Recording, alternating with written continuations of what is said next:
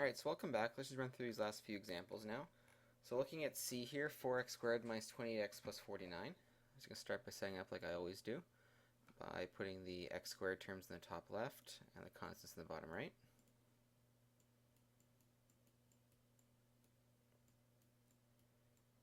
Okay, now of course I've already looked for a common factor here. You should always do that first. There isn't any here. Now, looking at this one here, we're going to be looking for two numbers that multiply to 49 times 4, which is 196, okay, and add to negative 28. And these numbers can be a little bit trickier to try and figure out because there's a lot of things that multiply to 196. You can play around with it for a little while. Okay, so after looking around for a while, you might see that those two numbers are negative 14 and negative 14. Okay, so I'll talk about something you might be able to do if you can't having trouble finding these numbers, but for now, let's just continue on with this. So I'll have negative 14x here, negative 14x here.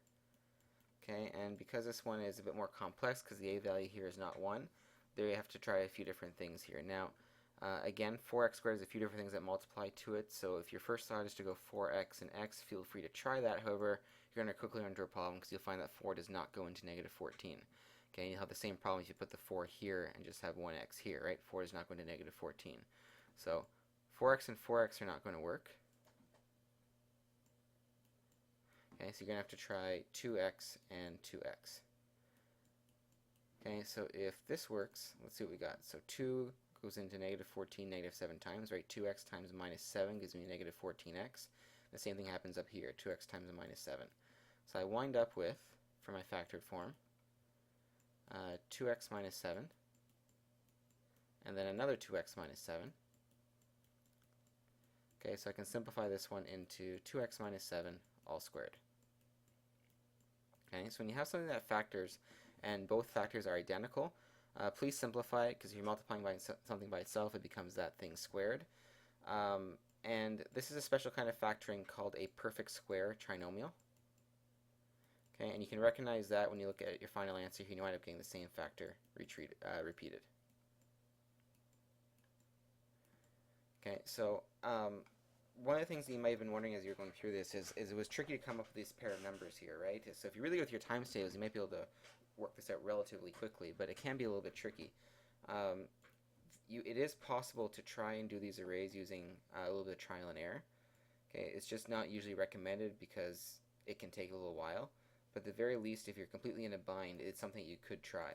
So for example, you might look at this 4x squared and say, oh, I'm going to try something that multiplies to 4x squared. Well, I've got 2x and 2x. You might guess something that multiplies to 49, so you might at first guess positive 7 and positive 7. You'd see right away that doesn't work, so you're going to wind up with 14x here, 14x here, which gets it pretty close, because what you're doing is actually testing your guess here to see if it works by multiplying through and checking if the x terms add up to negative 28.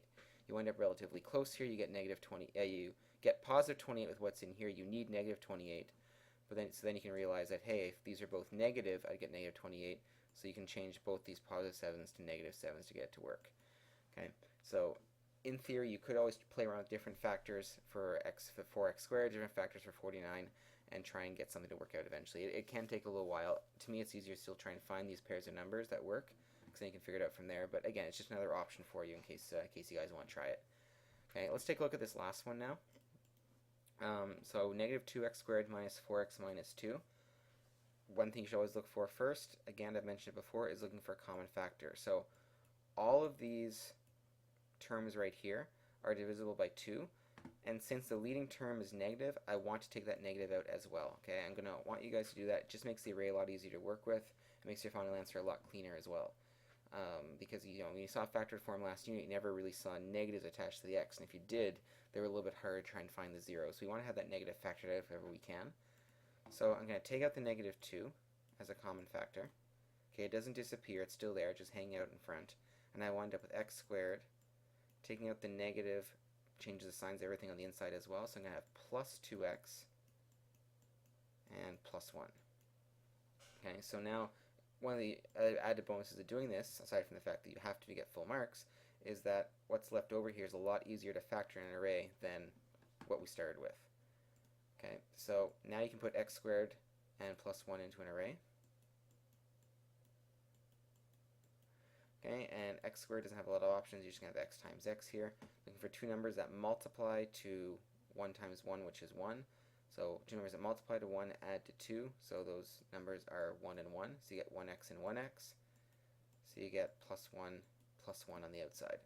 So this whole thing factors into y equals negative 2. Again, that common factor doesn't disappear. And you get x plus 1 times x plus 1, which gives us negative 2 x plus 1 all squared if you simplify. Okay, so this one in the end didn't look like it at first, but it actually winds up being a perfect square trinomial after you take out that common factor. Okay, so you looked at a few different types of factorings now. I'd like to continue with the handout that I've given you with a bunch of examples on it. As you're doing that, or when you finish doing that, it's up to you, I want you to try and put the factoring questions in similar groups. So we looked at a couple different kinds of trinomials. One of them being what we call simple trinomials. Those would be the ones that have an a value of 1. Okay, we have perfect square trinomials. So we saw a couple of examples here in these last two. So if you run into something that's a perfect square trinomial, try and look for a pattern that comparing the final answer to the original question, the original equation in standard form. See if you can find a pattern that might make it a little bit faster for you guys to solve, especially ones like this where the numbers can be a little bit hard to work out. Okay, we did complex trinomials. Those are the ones where the a value was not 1. And we also saw a couple that were difference of squares. Okay, so an example of difference of squares might be up here. So we had perfect square subtracted perfect square. So again, the word difference means subtraction. Difference of squares means you are subtracting two perfect squares. So again, when you run into those in your practice, look again at patterns in the final answer. See ways you might be able to do those a little bit faster. Okay, and there's a couple from that sheet that are not factorable. I'll leave it to you guys to try and figure out which one those are. When you're finished, again, try and put these into groups, look for patterns, and we'll try and summarize all different types of factoring we've seen in an upcoming lesson. Okay, when you're finished that, there's extra practice here from the textbook that I recommend that you do.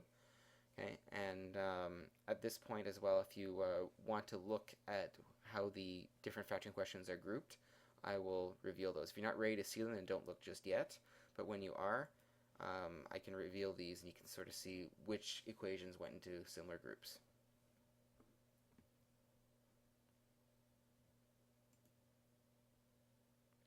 Okay, so these ones all here would be simple trinomials. This group here would be complex trinomials. These two, f and q, were not factorable. Okay, s, c, p, and o were perfect square trinomials. And b, h, i, and l were differences of squares. Okay, one thing you might ask yourself looking at is even the simple trinomial ones, well, how can something like j be included, or n, because the coefficient of x squared isn't 1?